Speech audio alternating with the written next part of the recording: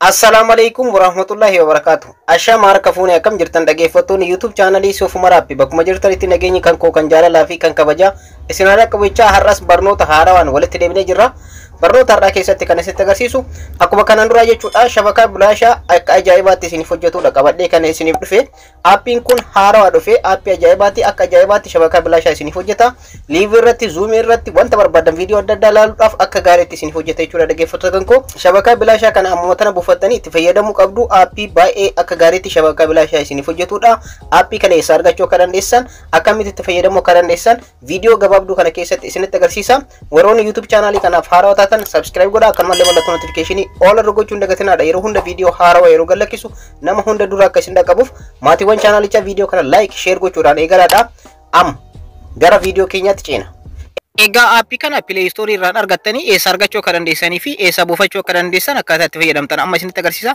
Bakka viidiyoo kanatti daawwachaa jirtan mata duree irratti yookaan mallattoo V kana kilik gootanii ergasii immoo keessa gad dhuftanii more ka jettu jirti jechuudha barreeffama xiqqoodhaan isheen tuuxanii ergasii akkana keessa dhuftanii social media ka jedhu jalatti Telegram ka jedhu fuulduratti liinkiitu jira jechuudha. Liinkii kanarratti kilik gootanii yookaan immoo comments ka jettu kanarratti kilik gootanii salphumatti asirratti pin isiniif godha jechuudha. Liinkii chaanaala kan koo kan Telegrama chaanaala kan koo kan Telegrama irraa liinkii kanarratti kilik gootan. Egaa direct jechuudha liinkii kana erga cuqaastanii booda direct gara chaanaala kan koo kan Telegramaatti isin fudhata. Aappichi isa kanadha jechuudha dhaggeeffattoota kan koo Helper VPN dha.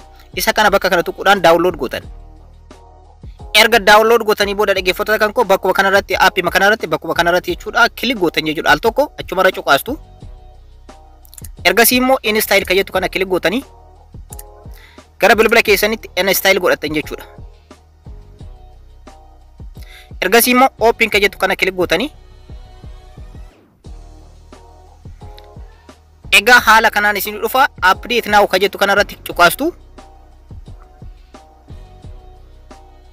Ergasii immoo asirratti jechuudha barreeffama kana argaa jirtanii kan arabiffaa restart jettu kana kilik gootanii ergasii aappichi keessa yeroo seentan kana fakkaata jechuudha dhaggeeffattoota kan koo itti fayyadamni isaa tokko baay'ee tokko salphaadha. Username fi password qabu akka aappii biraa asirratti bakka zeenii jettu kanarratti jechuudha saanduqa kanarratti kilik gootanii warroonni zeenii itti fayyadamtan zeenii firii ka jedhu jira jawwii firii ka jedhu jira moobaayiliin jira abbaan riyaala 39 fi abbaan 60 isaan kanneen keessaa ni filattan jechuudha. An zeenii irratti isinitti agarsiisa. Isin kanaaf akkuma amma isinitti agarsiisu kanatti itti fayyadamuu ni dandeessu. Zeeniin filadhee jiraani. Ergasii immoo bakka kana bakka amma isinitti agarsiisaa jiru kana jechuudha bakka geengoo kanarratti kilik gootanii jalqabsiiftu. Ergasii okeettan.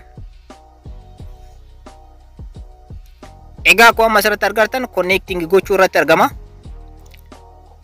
Egaa connected isin jedha jechuudha haala kanaan haaluma amma asirratti argartan haala kanaan asirra lakkuu jalqabeera haala kanaan aappii kana salphumatti connect gootanii shabakaa bilaashaa akka gaariitti isiniif hojjeta itti fayyadamuu ni dandeessu.